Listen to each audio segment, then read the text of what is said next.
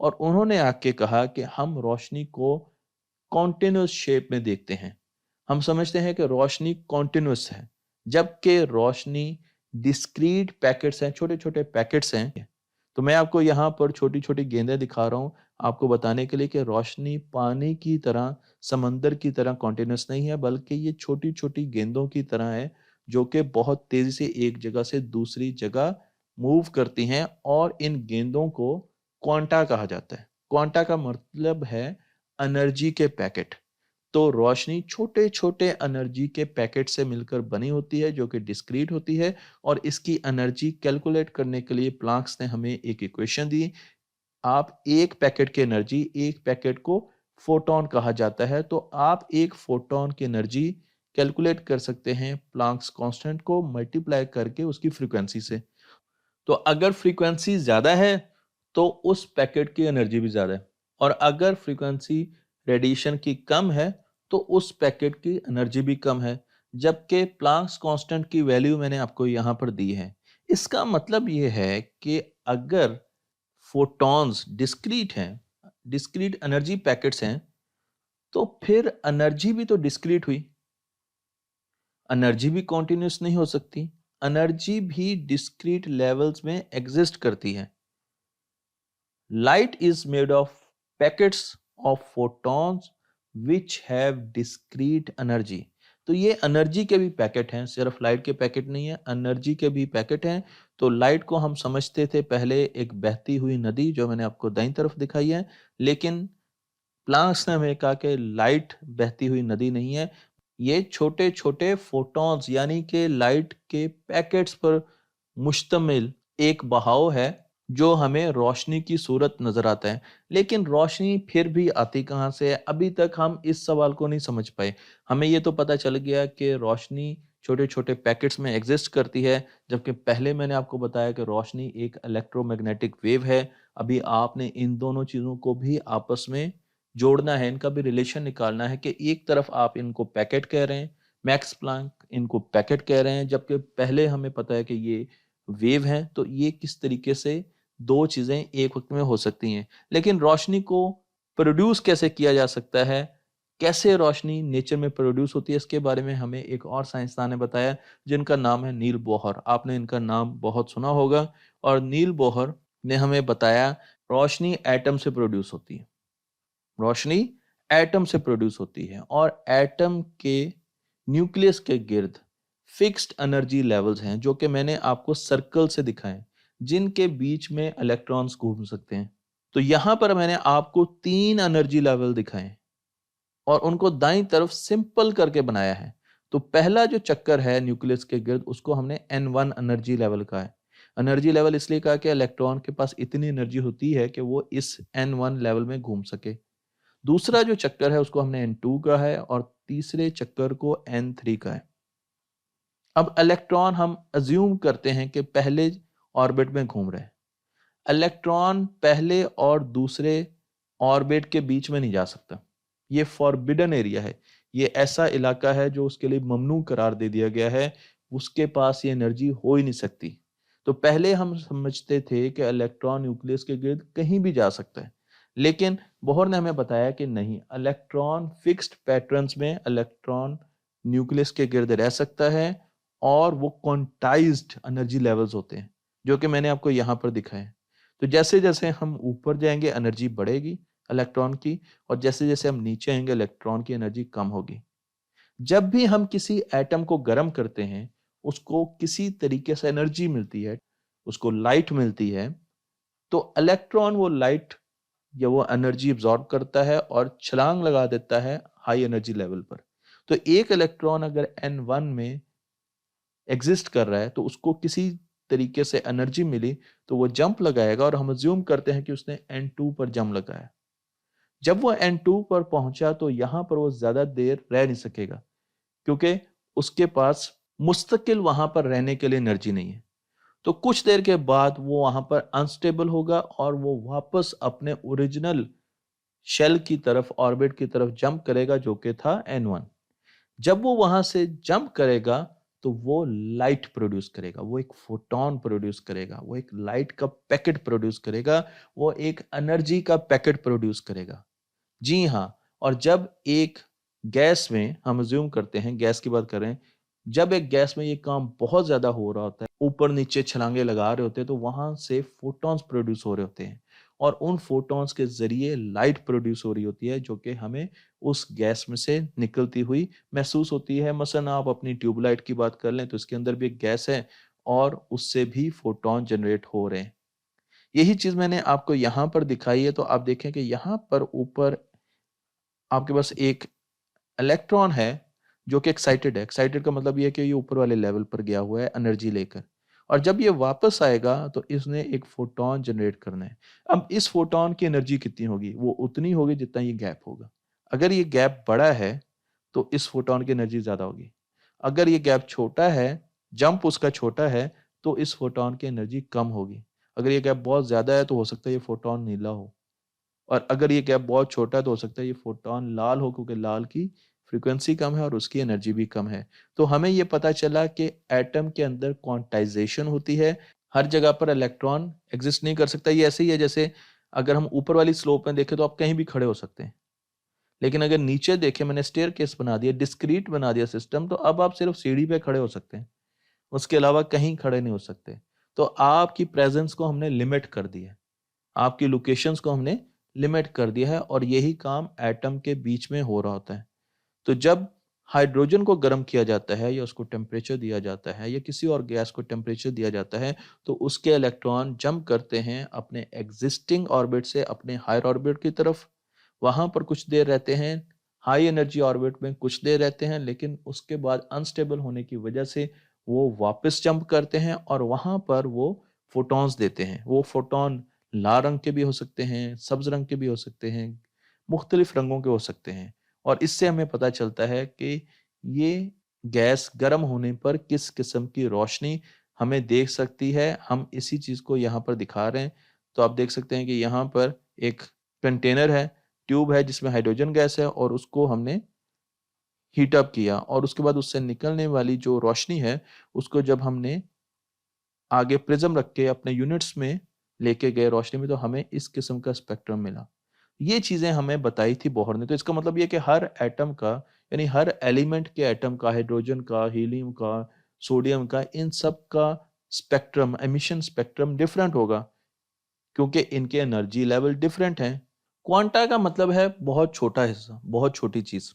इस पूरी थ्योरी को क्वांटम मैकेनिक्स का नाम दिया गया कि ये एक छोटी चीजों की थ्योरी है। छोटी चीजें डिफरेंटली बिहेव करती हैं क्लासिकल मैकेनिक्स से, इसलिए इसे हमने क्वांटम मैकेनिक्स का नाम दिया। तो मैं आपको एक छोटी सी एग्जांपल देता हूं कि आप अगर साइज में बड़े हैं, जो चीजें साइज में बड़ी हैं और जिनकी स्पीड बहुत कम है, उनको हम क्लासिकल मैकेनिक्स में डील करते हैं। उनके जो रूल्स होते हैं, उनके जो थेरीज होती हैं, वो क्लासिकल मैकेनिक्स में हम डेवलप करते हैं। लेकिन अगर साइज जिनके बड़े हों, और यहाँ पर लिमिट्स भी दी गई हैं साइज की, आप देख सकते हैं, और वो बहुत तेजी से मूव कर रही हों, तो फिर उनको क्लासिकल मैकेनिक्स से हम डिफाइन नहीं कर सकते उनके बिहेवियर को। हमें रिलेटिविस्टिक मैकेनिक्स में जाना पड़ेगा। आइंस्टाइन की थियरीज इसमें आ जाएंगी। आपने देखा होगा थ्योरी ऑफ रिलेटिविटी, और इन पर मैंने बहुत सी वीडियोस बनाई हैं। उनको हमने डिफरेंटली सेट ऑफ रूल से डिफाइन करना पड़ेगा, उनके बिहेवियर को देखना पड़ेगा। अगर साइज बहुत छोटा हो जाता है तो फिर हम क्वांटम मैकेनिक्स की तरफ आ जाएंगे। स्पीड इतनी ज़्यादा नहीं है लेकिन साइज़ बहुत छोटा है। लेकिन अगर साइज़ भी बहुत छोटा है ऑब्जेक्ट्स का और हमारे फ्रेम ऑफ इंटरेस्ट का, और उसकी स्पीड बहुत ज़्यादा है, तो फिर हम एक और थ्योरी की तरफ चले जाएँगे जिसे क्वांटम फील्ड थ्योरी कहा जाता है। तो इसलिए जब हम ये बात करते हैं कि फोटॉन का मोमेंटम 0 क्यों नहीं है, हालाँकि उसका मास 0 है और मोमेंटम 0 होता है उस चीज़ का जिसका मास 0 हो, तो फिर फोटॉन का मोमेंटम 0 क्यों नहीं है? तो उसकी वजह ये है कि उसे हमने क्लासिकल मैकेनिक्स में डील नहीं करना, बल्कि उसे हमने रिलेटिविस्टिक मैकेनिक्स में डील करना है, क्योंकि फोटॉन स्पीड ऑफ लाइट के साथ मूव कर रहा होता है। मैं इस चीज़ को आगे भी आपको बताऊंगा, लेकिन क्वांटम मैकेनिक्स की बुनियाद डाली आइंस्टाइन और बोहर ने, और साथ प्लैंक्स भी थे। गोया के आइंस्टाइन क्वांटम मैकेनिक्स के कुछ असूलों के, कुछ कॉन्सेप्ट्स के बहुत ज़्यादा खिलाफ थे। लेकिन इन्होंने भी क्वांटम मैकेनिक्स की शुरुआत में बहुत अहम रोल अदा किया। क्लासिकल मैकेनिक्स में टाइम हमारे पास कॉन्टिन्यूस होता है, आप देख सकते हैं चीज़ें कॉन्टिन्यूसली जारी होती हैं और प्रेडिक्टेबल होती हैं, हम उनको देख सकते हैं, हम उनको कैलकुलेट कर सकते हैं, उनके बिहेवियर को, उनके लोकेशन को, और हम प्रिडिक्ट कर सकते हैं कि 3 महीनों के बाद चाँद कहाँ पर होगा। जबकि क्वांटम मैकेनिक्स में हमारे पास चीज़ें कॉन्टिन्यूस नहीं होती, पैरामीटर्स कॉन्टिन्यूस नहीं होते, रैंडम होते हैं और उनकी प्रिडिक्शन करना बहुत ज़्यादा मुश्किल है। हमने लाइट के ओरिजिन के बारे में जान लिया, लेकिन अभी भी वो सवाल बाकी है कि एक तरफ हम लाइट को वेव कह रहे हैं और एक तरफ हम लाइट को पार्टिकल कह रहे हैं।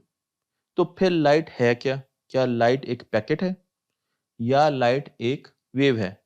इस चीज़ को हमें सॉल्व करना है ताकि हम आगे चल सकें। तो मैं आपको सबसे पहले वेव की कुछ बेसिक चीज़ें बता देता हूँ कि वेव 2 तरीके से इंटरफेयर करती है। अगर वेव एक दूसरे के ऊपर है, इन फेज़ है, एक की चोटी दूसरे की चोटी के ऊपर, एक की पीक दूसरे की पीक के ऊपर और एक की गहराई दूसरे की गहराई के ऊपर या ट्रफ दूसरे की ट्रफ के ऊपर, तो वो आपस में ऐड कर जाती है और एक बड़ी वेव जनरेट करती है। इसे कंस्ट्रक्टिव इंटरफेरेंस कहते हैं। मज़े की बात ये है कि वेव की मैंने इंटरफेरेंस आपको पहले बता दी है और वेव की डेफिनेशन बाद में आ रही है कि अगर आप वेव देखें तो ये डिस्टर्बेंस होती है। किसी भी मीडियम में डिस्टर्बेंस होती है। इसके ऊपर वाले हिस्से को क्रस्ट कहते हैं, पीक कहते हैं, नीचे वाले हिस्से को ट्रफ कहते हैं, जिसे मैं गहराई कह रहा हूँ। और उसके साथ-साथ हमारे पास जो ऊपर इसकी हाइट होती है उसको एम्पलीट्यूड कहा जाता है। 2 क्रस्ट के बीच में जो फासला होता है उसे वेवलेंथ कहा जाता है। तो ये एक छोटा-सा रिफ्रेशर था जो मैंने आपको दे दिया। दूसरी किस्म की इंटरफेरेंस जो वेव की होती है वो डिस्ट्रक्टिव इंटरफेरेंस होती है। जब एक पीक या एक क्रस्ट दूसरे के ट्रफ पर आए और एक का ट्रफ दूसरे के क्रस्ट पर आए तो वो एक दूसरे को कैंसल आउट कर देते हैं। जिस तरह आप यहाँ पर वेव 1 और वेव 2 देख रहे हैं, ये जब ऐड करेंगे तो आंसर 0 आएगा, कुछ भी नहीं आएगा, उस जगह वेव होगी ही नहीं। इसे डिस्ट्रक्टिव इंटरफेरेंस कहते हैं। और कम्प्लेक्स इंटरफेरेंस में आपके पास कंस्ट्रक्टिव और डिस्ट्रक्टिव इंटरफेरेंस हो रही होती है। यहाँ पर आप देख सकते हैं कि जहाँ पर तो चीज़ें ऐड हो रही हैं, यहाँ पर देखिए कंस्ट्रक्टिव इंटरफेरेंस हो रही है इस जगह पर। और यहाँ पर अगर आप देखें तो यहाँ पर डिस्ट्रक्टिव इंटरफेरेंस हो रही है, आपके पास आंसर 0 आ रहा है। तो इस तरीके से कम्प्लेक्स वेव इंटरफेरेंस जो है वो भी आप बयान कर सकते हैं। थॉमस यंग एक साइंसदान थे 1801 में। उन्होंने इस सारे फिनोमिना से पहले जो हमने अभी तक डिस्कस किया है, इससे पहले उन्होंने एक एक्सपेरिमेंट किया और वो वेव नेचर देख रहे थे कि वेव नेचर क्या होती है चीज़ों की। तो उन्होंने पानी लिया। मैं आपको अपनी ज़ुबान में उनका एक्सपेरिमेंट बताता हूँ कि अगर आप पानी लें और पानी के आगे 2 स्लिट्स लगा दें, यहाँ पे 2 सुराख कर दिए और उसके बाद वेव जनरेट करें, तो अब ये वेव्स आ रही हैं और ये वेव्स इन दोनों स्लिट्स में से गुजर रही है। तो ये 2 सोर्सेज़ हैं। ये पानी की 2 सोर्सेज़ हैं। इनमें से एक वेव इधर जनरेट हो रही है और एक वेव इधर जनरेट हो रही है। और जब ये दोनों वेव आपस में टकराएँगी तो इनकी इंटरफेरेंस होगी। जहाँ पर वेव उभरी हुई है, वहाँ पे कंस्ट्रक्टिव इंटरफेरेंस हो रही है। ये ऐड कर रही हैं एक-दूसरे को। और जहाँ पर आपको बीच में ख़म नज़र आ रहे हैं, ये देखिए ये ख़म है, ये ख़म है, ये ख़म है, ये ख़म है। यहाँ पर वेव एक-दूसरे को कैंसल कर रही है, डिस्ट्रक्टिव इंटरफेरेंस हो रही है। सामने हमने एक स्क्रीन लगा दी। अब जहाँ पे कंस्ट्रक्टिव इंटरफेरेंस हो रही है, वहाँ पे आपको येलो कलर के फ्रिंजेस नज़र आ रही हैं, लाइन्स नज़र आ रही हैं। जहाँ पर डिस्ट्रक्टिव इंटरफेरेंस हो रही है, वहाँ पर आपको नीले रंग की, ब्लैक रंग की लाइन्स नज़र आ रही हैं। तो ये वेव का बिहेवियर था जो कि यंग ने अपने एक्सपेरिमेंट में किया। इसे बहुत मशहूर एक्सपेरिमेंट कहा जाता है, डबल स्लिट एक्सपेरिमेंट कहा जाता है। और इसमें उसने बताया कि अगर कोई चीज़ वेव की तरह बिहेव करेगी तो वो इस किस्म के पैटर्न बनाएगी अगर हम उसे 2 स्लिट से, डबल स्लिट से गुजारेंगे। उसके बाद जब साइंसदानों ने लाइट को डबल स्लिट से गुजारा तो लाइट के पैटर्न्स भी बिल्कुल वैसे बने। आप देखें यहाँ पर बीच में आपको डिस्ट्रक्टिव इंटरफेरेंस मिल रही है और साथ आपको कंस्ट्रक्टिव इंटरफेरेंस मिल रही है। और आप देखें तो इसके पैटर्न्स बिल्कुल वैसे ही पैटर्न्स हैं जैसे कि यहाँ पानी के पैटर्न्स बन रहे थे। तो सब समझ गए कि लाइट वेव है। लाइट का बिहेवियर बिल्कुल पानी की वेव की तरह है, तो लाइट भी एक वेव की तरह एक्ट करती है। लेकिन फिर आए आइंस्टाइन और आइंस्टाइन ने एक ऐसा एक्सपेरिमेंट किया जिससे बुनियाद डाली कि लाइट एक पार्टिकल भी है। उन्होंने मुख्तलिफ फ्रीक्वेंसीज की लाइट ली और उसे मेटल पर बरसाया। तो उन्होंने देखा कि जब वो एक थ्रेशोल्ड से आगे जाते थे, जब वो एक वेव की फ्रीक्वेंसी बढ़ाते थे, तो वेव एक थ्रेशोल्ड पर जाकर इलेक्ट्रॉन्स को मेटल से निकाल देती थी बाहर। यानी वो वेव इतनी एनर्जी देती थी इलेक्ट्रॉन को कि वो एस्केप कर जाते थे, फ्री हो जाते थे, फ्री इलेक्ट्रॉन्स प्रोड्यूस हो जाते थे। अब आइंस्टाइन का ये कहना था कि वेव की पार्टिकल नेचर है, क्योंकि पार्टिकल ही किसी और पार्टिकल को निकाल सकता है। अगर आपने एक टेबल पर बॉल रखी है, उसके ऊपर आप जितनी मर्जी लाइट शाइन करें, क्या वो दूसरी तरफ जाके गिर सकेगी? लेकिन अगर आप उसको जोर से एक बॉल और मारें, तो वो फौरन दूर जाके गिरेगी। तो आइंस्टाइन का भी ये कहना था कि लाइट के पास पार्टिकल नेचर है और उसी वजह से पार्टिकल के तौर पे बिहेव कर रही है और वो इलेक्ट्रॉन को मेटल से बाहर निकाल रही है। ये चीज मैं आपको यहाँ पर दिखा रहा हूँ। तो आप देख सकते हैं कि जब थ्रेशोल्ड से नीचे हमने लाइट ली, तो उस वक्त वो इन इलेक्ट्रॉन्स को बाहर नहीं निकाल सकी। लेकिन जब फोटोन की बीम्स की एनर्जी हमने एक थ्रेशोल्ड से ज़्यादा की, तो उसने इलेक्ट्रॉन्स को बाहर निकालना शुरू कर दिया, जिसे फोटो इलेक्ट्रिक इफेक्ट कहते हैं। और इसकी बहुत सी एप्लीकेशंस अब हम बना चुके हैं और वो हमारी इंडस्ट्री में भी बहुत ज़्यादा काम कर रही हैं। और इस लाइट की जो एनर्जी है, वो मैं आपको पहले बता चुका हूँ कि E=h है। इससे हमें पता चलता है कि लाइट की पार्टिकल नेचर है। प्लांक्स हमें पहले बता चुके थे कि लाइट पैकेट्स में एग्जिस्ट करती है, वो कॉन्टिन्यूस वेव की तरह नहीं है। और फिर हमने कहा ठीक है, हमें लाइट के बारे में पता चल गया, इलेक्ट्रॉन को भी डबल स्लिट एक्सपेरिमेंट में से गुजारा जाए। तो जब इलेक्ट्रॉन्स को, जो कि पार्टिकल्स हैं, उनको जब डबल स्लिट एक्सपेरिमेंट उन पर किया गया, तो इतने हैरान कुन रिजल्ट्स आए कि उन्होंने वेव की तरह बिहेव किया। इवन जब हमने एट अ टाइम एक एक इलेक्ट्रॉन फेंका, एकदम से सारे इलेक्ट्रॉन फेंके, वेव नेचर आई। आप देख सकते हैं उनके इंटरफेरेंस पैटर्न किस तरीके के हैं। उनकी फ्रिंजेस बिल्कुल वेव की तरह की है। फिर हमने एक एक इलेक्ट्रॉन फेंका, एक इलेक्ट्रॉन गन से, एक, दो, तीन, चार, लेकिन फिर इसी तरीके का रिजल्ट आए। तो इलेक्ट्रॉन तो वेव की तरह बिहेव कर रहे हैं। साइंसदान इस पर बहुत ज्यादा हैरान हुए। उन्होंने सोचा कि इसको मेयर किया जाए, देखा जाए इलेक्ट्रॉन कर क्या रहे हैं। और उन्होंने एक कैमरा लगा दिया इलेक्ट्रॉन को मॉनिटर करने के लिए, डिवाइस लगा दिया, इंस्ट्रूमेंट लगा दिया। जैसे ही उन्होंने इंस्ट्रूमेंट लगाया, इलेक्ट्रॉन्स ने अपना बिहेवियर चेंज कर लिया। वो बिल्कुल पार्टिकल की तरह बिहेव करना शुरू हो गए। अब आप देखें, इनका इंटरफेरेंस पैटर्न है ही नहीं, यहाँ पर एक ही आपके पास फ्रिंज बनी हुई है। अब ये वेव की तरह बिहेव ही नहीं कर रहा, अब तो ये पार्टिकल की तरह सीधे सीधे लगते जा रहे हैं। फिर जब इस कैमरे को खत्म किया गया, निकाला गया, इंस्ट्रूमेंट को निकाला गया, फिर वो वेव नेचर की तरफ आ गए। तो वो स्विच कर रहे थे, जब हम उनको देख रहे थे या मेयर कर रहे थे, तो वो पार्टिकल नेचर की तरफ आ जाते थे। जब हम उनको मेयर नहीं करते थे, तो वो वेव नेचर की तरफ आ जाते थे। यही काम हमने प्रोटॉन्स के साथ किया, उन्होंने भी यही बिहेवियर दिखाया। तो हमें पता चल गया कि सब एटॉमिक पार्टिकल्स की भी डुअल नेचर है, वो वेव की तरह बिहेव करते हैं और वो पार्टिकल्स की तरह भी बिहेव करते हैं। तो लाइट वेव की तरह बिहेव करती है, इस एक्सपेरिमेंट ने, पानी के साथ डबल स्लिट एक्सपेरिमेंट ने बता दिया। लाइट पार्टिकल नेचर भी रखती है, उसकी वजह ये कि लाइट के पैकेट्स होते हैं, डिस्क्रीट पैकेट्स होते हैं। और फोटो इलेक्ट्रिक इफेक्ट ने हमें बता दिया कि वो पार्टिकल की तरह इलेक्ट्रॉन को बाहर निकाल सकती है। तो उसकी दोनों नेचर्स हैं। इसी तरीके जब इलेक्ट्रॉन के हमने दोनों एक्सपेरिमेंट किए, तो हमें पता चला कि जब पहला एक्सपेरिमेंट किया, तो उसमें उसने वेव की तरह बिहेव किया। देखिए, बिल्कुल वेव की तरह इसके पैटर्न्स आए। लेकिन जब हमने उसको मेजर करने की कोशिश की, तो उसने बिल्कुल पार्टिकल की तरह, गेंदों की तरह, बॉल्स की तरह बिहेव किया, जिस तरह आम गेंदे हम फेंकते हैं। तो उसकी भी दोनों नेचर हैं। तो क्या हर चीज की डुअल नेचर है? तो बात सिर्फ फोटॉन और इलेक्ट्रॉन तक नहीं रहेगी, बल्कि अगर इसी चीज को जनरलाइज किया जाए, तो हम ये कह सकते हैं कि हमारी कायनात में जितने भी ऑब्जेक्ट्स हैं, वो डुअल नेचर रखते हैं। उनकी एक पार्टिकल नेचर है और एक वेव नेचर है। उनकी वेव नेचर के बारे में फर्दर हमें एक और साइंसदान ने बताया, जिनका नाम है डिब्रॉय, जिन्हें हम आम जुबान में डी ब्रॉगले कहते हैं। इन्होंने हमें बताया कि हर ऑब्जेक्ट के साथ एक वेव अटैच होती है और उसकी वेवलेंथ आपको यहाँ पर इस इक्वेशन से नजर आ रही है, h/mv। इनके पीएचडी थीसिस को आइंस्टाइन के पास भेजा गया था और उन्होंने इनके पीएचडी थीसिस को वेट किया। इनका ये कहना है कि वेवलेंथ, अगर मेरे साथ एक वेव अटैच है, मेरी वेव नेचर को डिस्कस किया जाए, तो मेरी वेव नेचर यानी जो मेरे साथ वेव अटैच है उसकी वेवलेंथ इनवर्सली प्रोपोर्शनल होगी मेरे मास के और जिस स्पीड से, जिस वेलोसिटी से मैं मूव कर रहा हूँ उससे, m और v।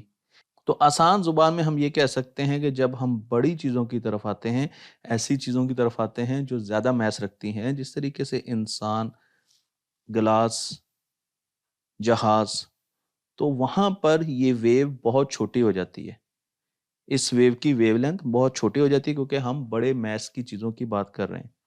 और जहाँ पर ऑब्जेक्ट्स जिनको हम डिस्कस कर रहे हैं वो बहुत छोटे साइज में है, उनका मास बहुत छोटा है, मास और वेलोसिटी बहुत कम है, वहाँ पर इस वेव के आपको ज़्यादा इफेक्ट्स नज़र आएंगे। तो अगर आप एलिफेंट की वेव नेचर को देखना चाहेंगे, क्योंकि पार्टिकल नेचर तो आपको नज़र आ रही है, लेकिन अगर आप इसकी वेव नेचर देखना चाहते हैं कि वेव नेचर में एक हाथी कैसा होगा, तो इसके साथ जो वेव अटैच होगी वो बहुत ज़्यादा छोटी होगी, उसकी वेवलेंथ बहुत ज़्यादा कम होगी क्योंकि इसका मास बहुत ज़्यादा है। इसीलिए हम बड़ी चीज़ों को, उनकी वेव नेचर को हम इग्नोर कर देते हैं क्योंकि वेव बहुत छोटी होती है और नेग्लिजिबल इफेक्ट डालती है, इसलिए उसको इग्नोर किया जा सकता है। लेकिन दूसरी तरफ ऐसी चीज़ें जो बहुत तेज़ी से मूव करती हैं, मसलन बुलेट की बात करें, जो कि बहुत ज़्यादा वेलोसिटी से मूव करती हैं, तो उनकी जब वेलोसिटी बहुत ज़्यादा आएगी फ्रैक्शन में, तो वहाँ पर भी लैम्ब्डा छोटा हो जाएगा, यानी वेवलेंथ छोटी हो जाएगी। बुलेट के साथ कनेक्टेड जो इसकी वेव है, वो इसके मास की वजह से, क्योंकि इसका मास भी काफ़ी है। अगर हम सब एटॉमिक पार्टिकल के लिहाज से बात करें तो बुलेट बहुत बड़ी है और इसका मास बहुत ज़्यादा है और इसकी वेलोसिटी भी बहुत ज़्यादा होती है, इसलिए इसके साथ अटैच वेव बहुत छोटी होगी और इसलिए हम इसकी वेव नेचर को नेग्लेक्ट कर सकते हैं। हम इसे सिर्फ पार्टिकल नेचर के लिहाज से वर्कआउट करते हैं क्लासिकल मैकेनिक्स में। लेकिन जब हम आहिस्ता आहिस्ता छोटी दुनिया में जाते हैं, जब हम एटॉमिक लेवल पर जाते हैं, सब एटॉमिक पार्टिकल्स की बात करते हैं, तो मैं आपको एक एटम दिखा रहा हूं जिसका diameter 10 to raise power -10 metre है, बहुत छोटा डायमीटर है।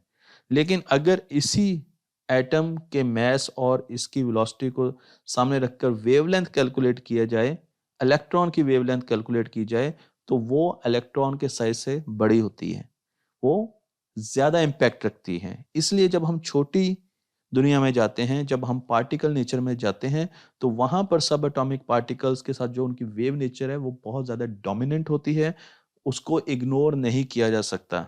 जबकि जब हम क्लासिकल मैकेनिक्स में आते हैं तो वहां पर जमीन के साथ कनेक्टेड उसकी वेव नेचर बहुत नेग्लिजिबल होती है, इसलिए उसे इग्नोर किया जा सकता है।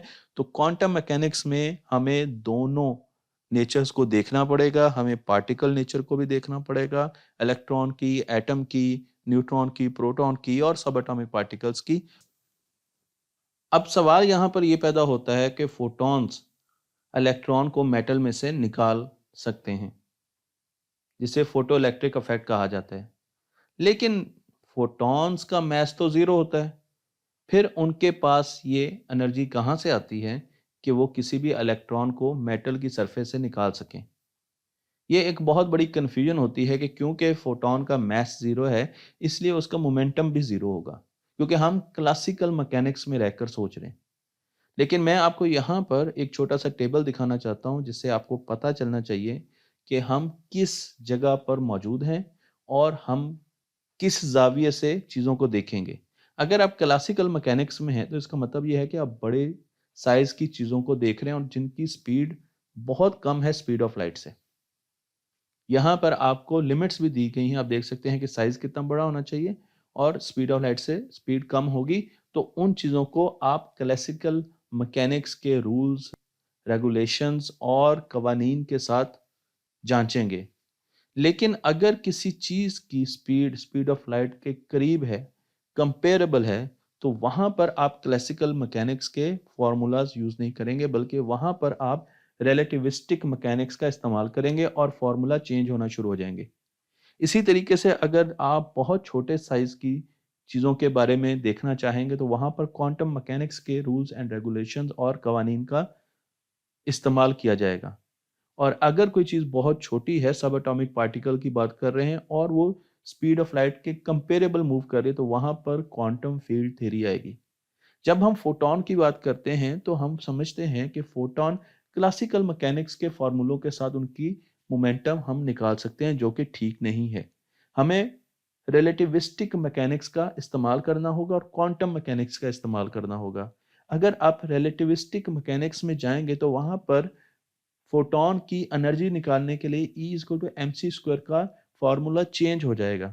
मैं आपको ये फॉर्मूला दिखा रहा हूँ, जो कि आप देख सकते हैं। यहाँ पर आपको दो पार्ट्स नजर आ रहे हैं, पी स्क्वायर सी स्क्वायर, जो कि काइनेटिक एनर्जी की टर्म है, और रेस्ट मास एनर्जी टर्म भी यहाँ पे मौजूद है, M naught square C four. तो M naught rest mass photon का जीरो है, तो ये टर्म जीरो हो जाएगी, और हमारे पास पी स्क्वायर सी स्क्वायर की वैल्यू रह जाएगी, जो कि हम आगे जाकर P is equal to E divided by C लिख सकते हैं।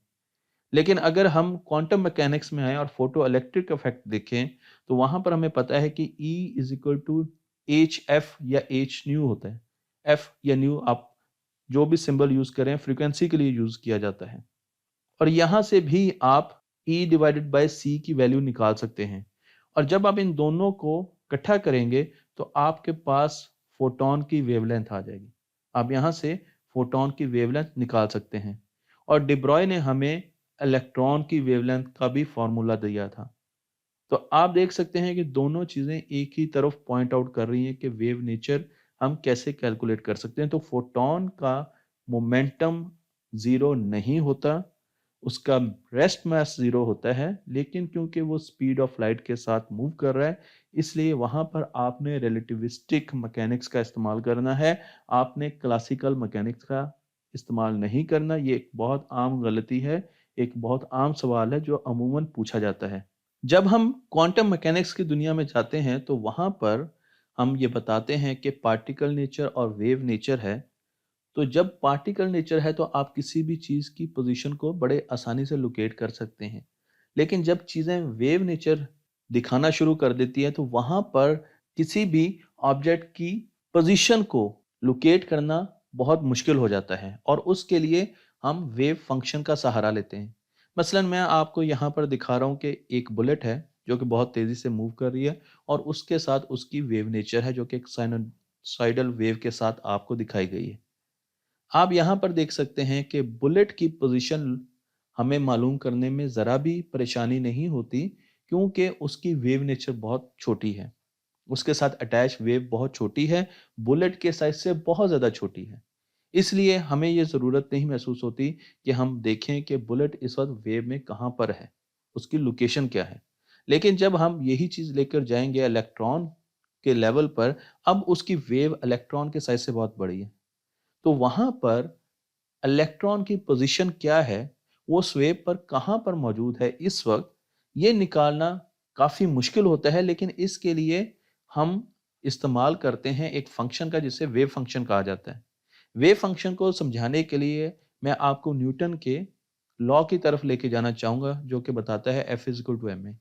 आपको इस लॉ के बारे में बहुत ज्यादा पता है, लेकिन इस लॉ में अगर किसी भी चीज की इनिशियल कंडीशंस हमें मालूम है, तो हम किसी भी पॉइंट पर उसकी पोजीशन निकाल सकते हैं, प्रेडिक्ट कर सकते हैं क्लासिकल मैकेनिक्स में। बिल्कुल ऐसे ही इसी जाविये पर काम करते हुए एक और साइंसदान जिनका नाम था एर्विन श्रोडिंगर, उन्होंने क्वांटम मैकेनिक्स में हमें ये लॉ दिया, और उन्होंने बताया कि हम वेव फंक्शन की मदद से किसी भी इलेक्ट्रॉन की, किसी प्रोटॉन की, सब एटॉमिक पार्टिकल्स की, यहाँ पर इलेक्ट्रॉन की बात हो रही है, हम उसकी लोकेशन निकाल सकते हैं, जाहिर कर सकते हैं एक फंक्शन के साथ, जिसे वेव फंक्शन कहा जाता है। और यहाँ पर आपको वो वेव फंक्शन नजर आ रहा है जो कि साई की शक्ल में लिखा गया है। तो आपने अगर इलेक्ट्रॉन की पोजीशन निकालनी है कि इस वक्त इलेक्ट्रॉन कहाँ पर मौजूद है, तो वो इंफॉर्मेशन आपको वेव फंक्शन से मिलेगी। लेकिन वेव फंक्शन के बारे में अभी हमें बहुत कम मालूम है। श्रोडिंगर के वेव फंक्शन हमें यह भी बताते हैं कि इलेक्ट्रॉन की किसी भी जगह होने की प्रोबेबिलिटी ये इक्वेशन कैलकुलेट करती है। तो ये एक प्रोबेबिलिस्टिक इक्वेशन है। इसका मतलब ये है कि हम डेफिनेटली नहीं कह सकते कि इलेक्ट्रॉन इस वक्त यहाँ पर मौजूद है विद प्रोबेबिलिटी 1, इलेक्ट्रॉन इस वक्त यहाँ पर मौजूद है, बल्कि ये एक प्रोबेबिलिस्टिक सिस्टम है, एक प्रोबेबिलिस्टिक फंक्शन है, जो कि हमें बताता है कि इलेक्ट्रॉन के इस वक्त यहाँ पर मौजूद होने के चांसेस इतने हैं, इस वक्त उसके चांसेस इतने हैं, और वक्त के साथ साथ ये फंक्शन चेंज होता रहता है। अब ये चीज काफी डिफरेंट है क्लासिकल मैकेनिक्स से, क्योंकि क्लासिकल मैकेनिक्स में आप किसी भी रोल करती हुई बॉल की लोकेशन निकाल सकते हैं। जमीन की सूरज के गिर्द आज से 20 दिनों के बाद आप लोकेशन निकाल सकते हैं, पिन पॉइंट कर सकते हैं कि यहां पर जमीन होगी, इस एंगल पर होगी। आप जमीन की 360 दिनों के बाद भी लोकेशन निकाल सकते हैं। हम हर चीज को मेजर कर सकते हैं। लेकिन जब हम एटम के लेवल पर जाते हैं तो अब चीजें प्रोबेबिलिस्टिक होना शुरू हो गई हैं। हमें प्रोबेबिलिटीज कैलकुलेट करनी पड़ेंगी, चांसेस कैलकुलेट करने पड़ेंगे कि किसी जगह किसी भी सब एटॉमिक पार्टिकल के होने के चांसेस क्या है। और यही चीज हमें श्रोडिंगर की वेव इक्वेशन बता रही है। यहां पर मैं आपको एक वेव फंक्शन दिखा रहा हूं जो कि आप देख सकते हैं, हमें पोजीशन के बारे में बता रहा है, लेकिन वो वक्त के साथ साथ चेंज कर रहा है। तो एटम के chances with respect to time भी चेंज हो रहे हैं कि वो किस जगह पर कितनी प्रोबेबिलिटी होगी उसके होने की। अगर आप न्यूक्लियस के पास देखें तो आपको प्रोबेबिलिटी यहाँ पर ज्यादा नजर आएगी, क्योंकि यहाँ पर आप देखें, यहाँ पर चांसेस ज्यादा है इलेक्ट्रॉन क्लाउड के। लेकिन इलेक्ट्रॉन बाहर भी कहीं हो सकता है, न्यूक्लियस से दूर भी हो सकता है, उसके चांसेस कम है, लेकिन चांसेस बाहर हैं जरूर। तो इस तरीके से हम एटम के चांसेस कैलकुलेट करके उनको प्लॉट करते हैं। वो हमें उसकी प्रोबेबिलिटी ग्राफ देता है, वेव फंक्शन देता है, और फिर उस वेव फंक्शन के स्क्वायर करते हुए हम प्रोबेबिलिटी डेंसिटी निकालते हैं। तो मैं आपको यहाँ पर एक तस्वीर दिखा रहा हूँ जिसमें आप देख सकते हैं कि यहाँ पर लेफ्ट साइड पर आपको वर्टिकल एक्सिस पर प्रोबेबिलिटी डेंसिटी इलेक्ट्रॉन की हमने प्लॉट की है, और राइट एक्सिस पे आप देखें डिस्टेंस फ्रॉम द न्यूक्लियस।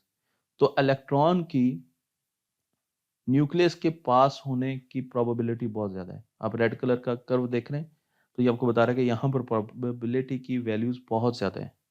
लेकिन जो जो हम उससे दूर जाएंगे तो अब आप देखें उसकी प्रोबेबिलिटी की वैल्यूज कम हो रही हैं। ऑरेंज कलर का अगर आप देखेंगे तो यहाँ पर आपको प्रोबेबिलिटी ज़्यादा नज़र आ रही है। फिर आप आगे जाएंगे तो आपको ब्लू कलर में नज़र आएगा कि प्रोबेबिलिटी यहाँ पर ज़्यादा है। सबसे ज़्यादा कहाँ पर है? रेड कलर में, जो कि न्यूक्लियस से बिल्कुल पास है, क्योंकि ये न्यूक्लियस के साथ डिस्टेंस हमें बता रहा है।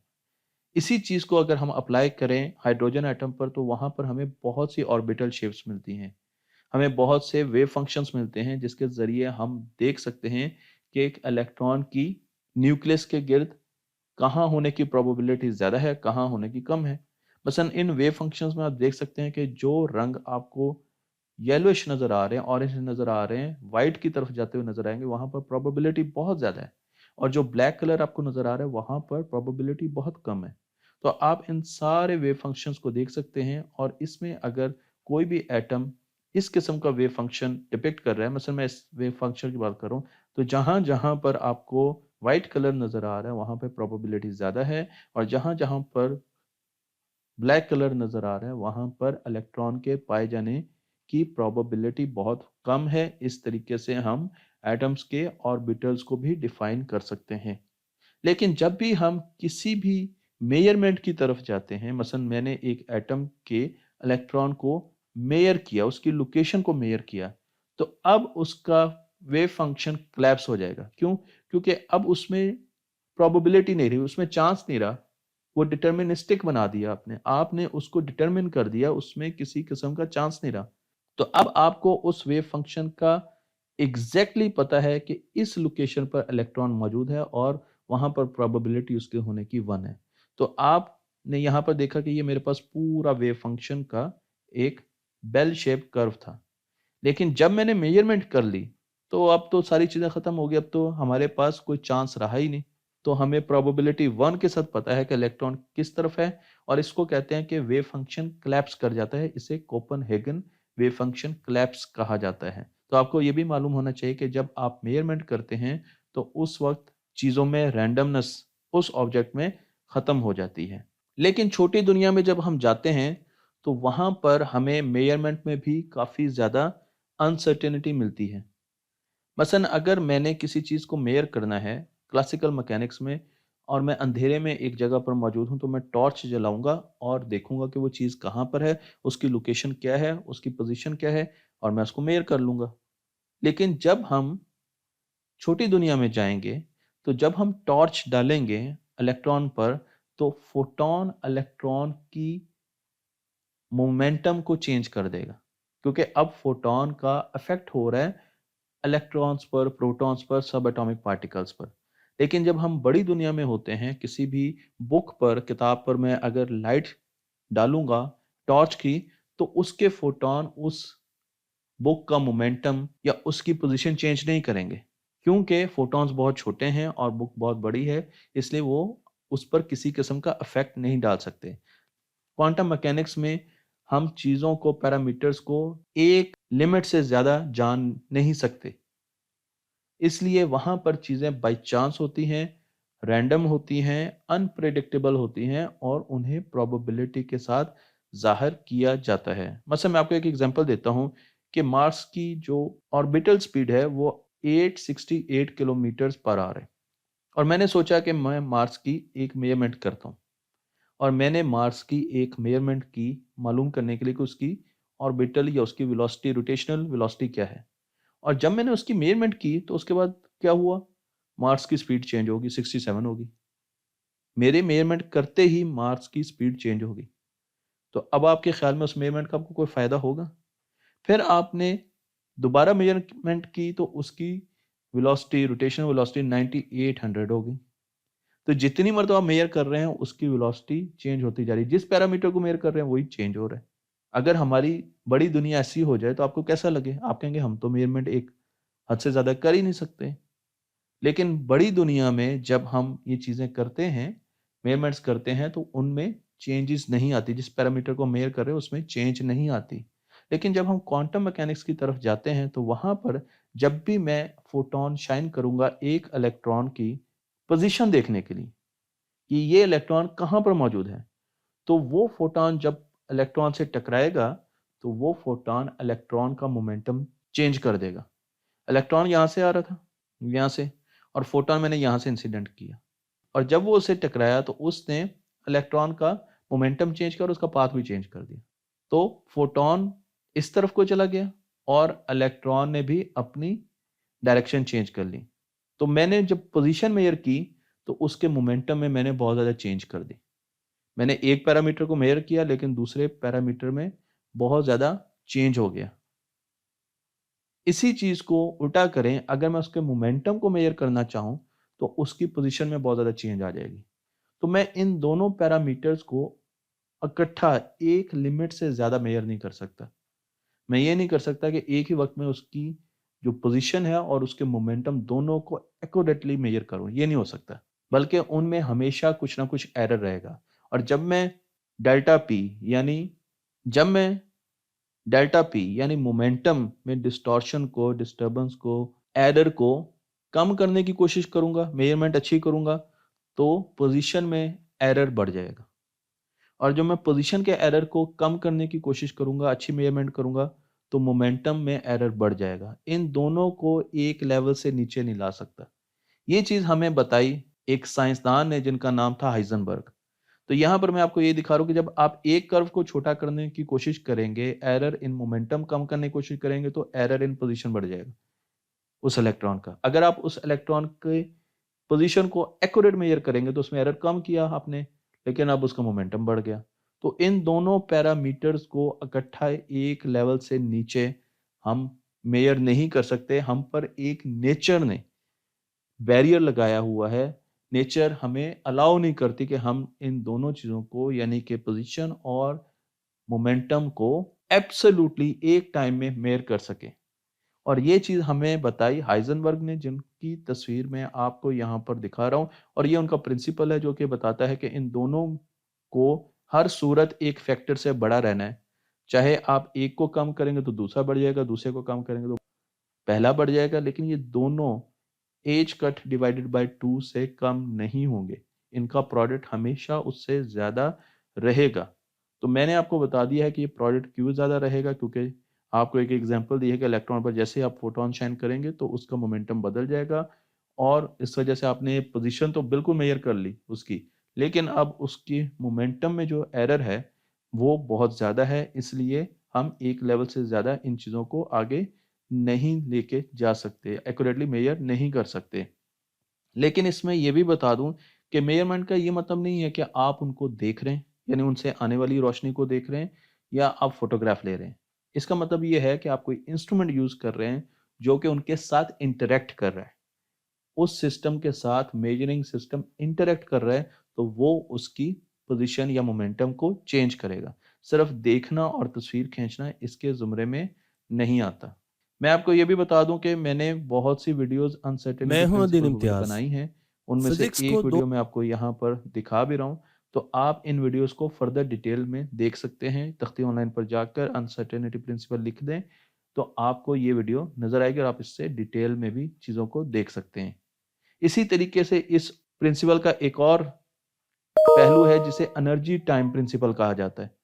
एनर्जी टाइम प्रिंसिपल को मैं डिटेल में नहीं बताऊंगा, मैंने कुछ वीडियोस में बताया है क्योंकि वो इस वीडियो के स्कोप से बाहर है, लेकिन आप उसकी डेफिनेशन पढ़ लेते हैं कि uncertainty in energy of a particle times the span of time particle in, कि अगर किसी भी पार्टिकल की हमें एनर्जी मालूम है तो हमें यह नहीं पता कि वो उस स्टेट में कितना टाइम रहा है। और अगर हमें ये पता है कि वो किसी भी पर्टिकुलर स्टेट में किसी भी पर्टिकुलर स्टेट में कितना टाइम रहा है, तो हमें उसकी एनर्जी मालूम नहीं है। इसको अगर मैं सिंपल करके बताऊं तो इससे हमें पता चला कि हमारी कायनात में वैक्यूम में भी छोटी छोटी फ्लक्चुएशंस होती हैं। हम ये समझते हैं कि वैक्यूम बिल्कुल खाली होता है, लेकिन अनसर्टेनिटी प्रिंसिपल और उसके बाद डेराक ने बहुत सा काम किया और उन्होंने हमें बताया कि जो वैक्यूम है उसमें भी छोटी छोटी फ्लक्चुएशंस होती हैं। फ्लक्चुएशन का मतलब ये है कि छोटे छोटे पार्टिकल्स हर वक्त जनरेट हो रहे होते हैं, पैदा हो रहे होते हैं और वो एनिलेट कर रहे होते हैं, वो आपस में टकरा कर ख़त्म भी हो रहे होते हैं। इन पार्टिकल्स को वर्चुअल पार्टिकल्स कहते हैं। तो मसलन एक स्पेस है और उसमें वैक्यूम है, तो वहां पर भी छोटे छोटे वर्चुअल पार्टिकल्स हर वक्त बन रहे होते हैं, एकदम पैदा होते हैं, थोड़े टाइम के बाद आपस में टकराते हैं और क्योंकि पॉजिटिव और नेगेटिव पार्टिकल होते हैं तो एनिलेट कर जाते हैं, एक छोटा सा एक्सप्लोजन होता है। और इस चीज को साबित करने के लिए हमने एक बहुत अहम एक्सपेरिमेंट किया जिसे कैजिमिर इफेक्ट कहते हैं। इसमें हमने दो प्लेट्स रख दी, बहुत छोटी छोटी फाइन प्लेट्स हैं, और उनके बीच में जगह कम रखी और साइड्स पर जगह ज्यादा रखी, और वैक्यूम में कुछ अरसे के बाद उन प्लेट्स के दरमियान डिस्टेंस कम होना शुरू हो जाता है। वैक्यूम है, इन प्लेट्स पर तो कोई चीज असरअंदाज नहीं होनी चाहिए, लेकिन उनके बाहर बनने वाले वर्चुअल पार्टिकल्स जब अनाइलेट करते हैं तो वो प्रेशर एग्जिस्ट करते हैं ज्यादा अंदर वाले वर्चुअल पार्टिकल से। तो बाहर समझ लें ज्यादा धमाके हो रहे हैं, अंदर कम धमाके हो रहे हैं, और ये धमाके या एक्सप्लोजन बहुत छोटे लेवल पर हो रहे हैं जो कि हमें नजर भी नहीं आते। और उस वजह से ये प्लेट्स आहिस्ता आहिस्ता अंदर को हल्का सा सिरक गई, जिससे हमें पता चला कि क्वांटम फ्लक्चुएशंस मौजूद हैं, वर्चुअल पार्टिकल्स प्रोड्यूस हो रहे हैं और वो प्रेशर भी रखते हैं। हमारी कायनात में भी हर जगह जहां जहां वैक्यूम है वहां पर क्वांटम फ्लक्चुएशंस हैं, और उसे एक जाल की तरह देखा जाता है और उसे क्वांटम फोम कहा जाता है। तो आपको यहाँ से अनसर्टेनिटी प्रिंसिपल से ये भी पता चला। हमें एक और थ्योरी के बारे में भी पता चला, क्योंकि जब हमने क्वांटम मैकेनिक्स पे बहुत ज़्यादा वर्क किया तो हमें पता चला कि क्वांटम मैकेनिक्स में हमें मल्टी डायमेंशंस मिल रही हैं और हमें मल्टी वर्स हाइपोथेसिस भी मिल रहा है। इस हाइपोथेसिस के बारे में पहली मरतबा बताने वाले अरविंद श्रोडिंगर थे। अरविंद श्रोडिंगर ने हमें बताया कि चीज़ें सुपर पोजिशन में एग्जिस्ट कर सकती हैं। मसलन अगर मैं एक कॉइन को टॉस करता हूँ तो मैं आपसे पूछूंगा कि इस पर चांद आया या तारा, क्योंकि हमारे मुल्क में जो कॉइन थे उनके एक तरफ चांद होता था, एक तरफ तारा होता था। तो मैं आपसे पूछूंगा आपसे कि इस पे चांद है कि तारा।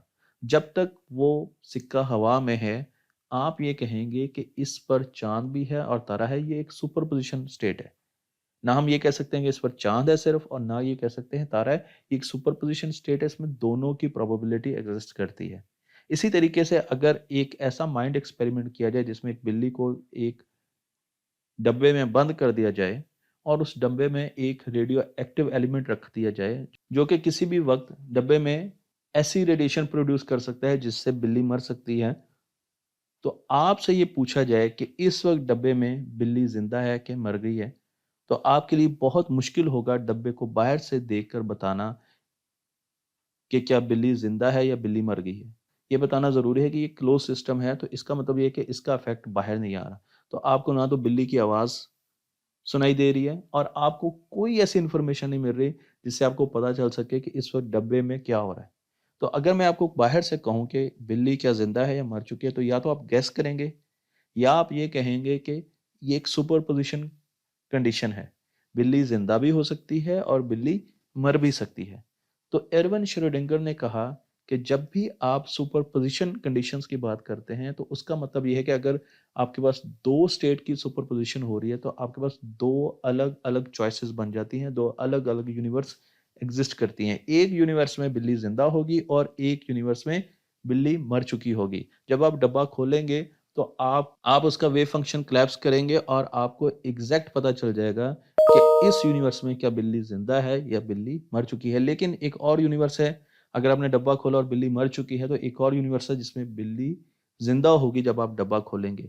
और इसी तरीके से दुनिया में जितने भी हम डिसीजंस करते हैं, और इसी तरीके से आप ये भी कह सकते हैं कि एक यूनिवर्स ऐसी होगी जिसमें मैं अमेरिका का सदर हूंगा, एक यूनिवर्स ऐसी होगी जिसमें मैं डॉक्टर हूंगा। तो यहां से हमें मल्टीवर्स का हाइपोथेसिस मिलता है जिस पर अब बहुत ज्यादा वर्क हो रहा है और बहुत और थेरीज भी इस तरफ इशारा कर रही हैं।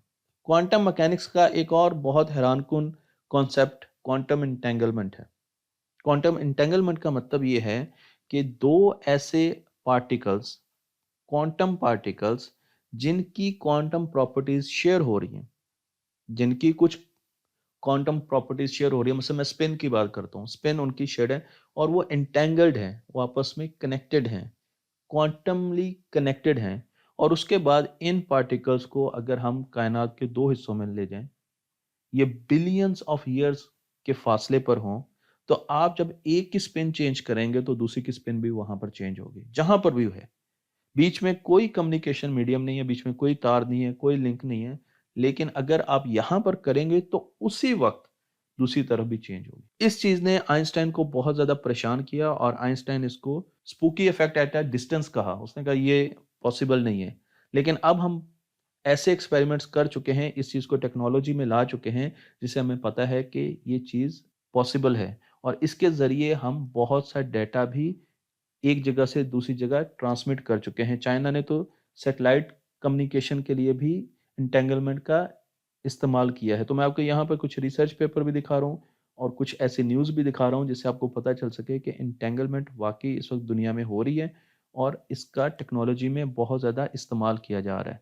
ये बताना भी ज़रूरी है कि इंटेंगलमेंट के दरमियान कोई भी इलेक्ट्रोमैग्नेटिक वेव दो पार्टिकल्स के बीच में मूव नहीं कर रही। लेकिन अगर इलेक्ट्रोमैग्नेटिक वेव मूव करती तो उसे बहुत ज़्यादा टाइम चाहिए था, बिलियंस ऑफ ईयर्स चाहिए थे एक जगह से दूसरी जगह मैसेज ले जाने के लिए। लेकिन एंटेंगलमेंट में जैसे ही हम यहाँ पर स्पिन को चेंज करेंगे या किसी भी क्वांटम प्रॉपर्टी को चेंज करेंगे, दूसरी तरफ भी उसी वक्त होगी। तो इसका मतलब ये है कि ये ऐसा कम्युनिकेशन सिस्टम है जो कि स्पीड ऑफ लाइट से भी बहुत बहुत ज़्यादा तेज़ है। क्वांटम टनलिंग भी एक इफेक्ट है जो कि हमें बड़ी दुनिया में नजर नहीं आता, लेकिन क्वांटम मैकेनिक्स में छोटी दुनिया में हमें नजर आता है। हम ये देखते हैं कि बहुत सी वेव्स, जिसमें रेडियो वेव सरे फहरिस्त है, वो दीवारों के अंदर से होती हुई पेनिट्रेट करती हुई रेडियो तक पहुंच जाती है और हम कई स्टेशन उस पर ट्यून कर सकते हैं।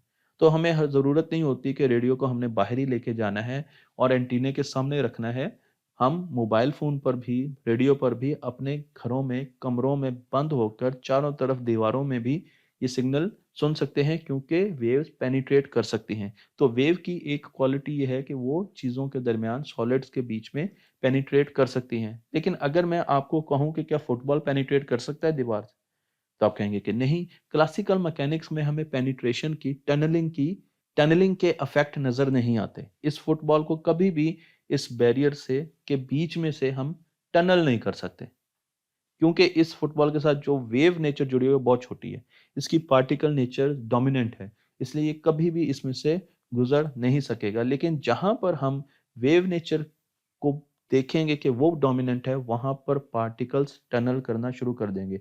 तो मेरे पास यहाँ पर एक बैरियर है और इस बैरियर से अगर मैंने गुजरना है तो मुझे, अगर क्लासिकल फिजिक्स का सहारा लेना है, तो मुझे इसके ऊपर से जाना पड़ेगा, इस पहाड़ी के ऊपर से। लेकिन अगर मैं क्वांटम मैकेनिक्स की बात करूंगा तो क्वांटम मैकेनिक्स के लेवल पर पार्टिकल्स इस बैरियर के अंदर से गुजर जाएंगे, टनल कर जाएंगे, क्योंकि उनकी वेव नेचर बहुत ज़्यादा डोमिनेंट है, तो वो एक वेव की तरह बिहेव करेंगे। तो इसलिए छोटे लेवल पर चीज़ें बैरियर्स में से टनल कर सकती हैं। इसे क्वांटम टनलिंग इफेक्ट कहते हैं। क्वांटम लेवल पर वेव बिहेवियर बहुत ज़्यादा बढ़ जाता है। तो ये एक नई चीज़ है। अगर हम इसको क्लासिकल मैकेनिक्स में देखें कि आप फुटबॉल को शॉट लगाएँ और वो दीवार में से गुज़र जाए, तो आपके लिए हैरानकुन बात होगी। आप कभी इसको यकीन नहीं कर सकेंगे। लेकिन क्वांटम मैकेनिक्स में सब एटॉमिक पार्टिकल्स के लेवल पर ये एक आम बात है और ये एक आम प्रोसेस है।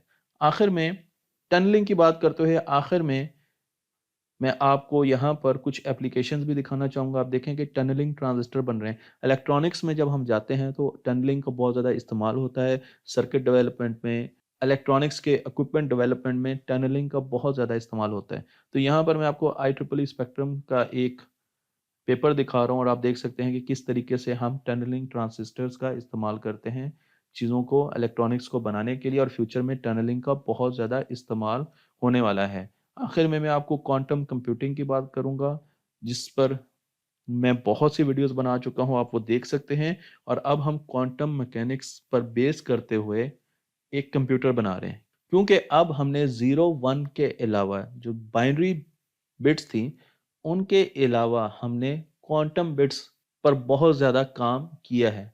क्वांटम बिट्स क्या होती हैं, इस पर भी मैं बहुत सी वीडियोस बना चुका हूं, तो आप डिटेल में देख सकते हैं कि वो कैसे काम करती हैं। और उन पर बेस करके हमने लॉजिकल गेट्स बनाए और उन लॉजिकल गेट से फिर हमने क्वांटम कंप्यूटर बनाया। तो इसकी सिर्फ पावर की अगर मैं बात करूं तो आपको बताना चाहता हूं कि इसका फ़ायदा क्या होगा, कि अगर आपने कैफ़ीन का, जो कॉफ़ी पीते हैं उसमें जो मॉलिक्यूल होता है कैफ़ीन, उसको पूरा डिकोड करना है, उसके तमाम पैरामीटर्स को डिकोड करना है, तो उसके लिए साइंसदानों का ये ख्याल है कि हमें इतना बड़ा कंप्यूटर चाहिए जो कि हमारी पूरी गैलेक्सी के बराबर हो।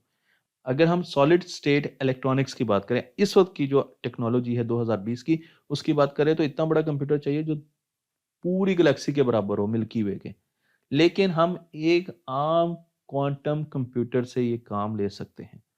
तो आप देख सकते हैं कि एक आम क्वांटम कंप्यूटर ऐसे ऐसे प्रॉब्लम सॉल्व करेगा जो कि क्लासिकल कंप्यूटर्स कभी भी नहीं कर सकेंगे, और उनका साइज बहुत तेजी से बढ़ेगा।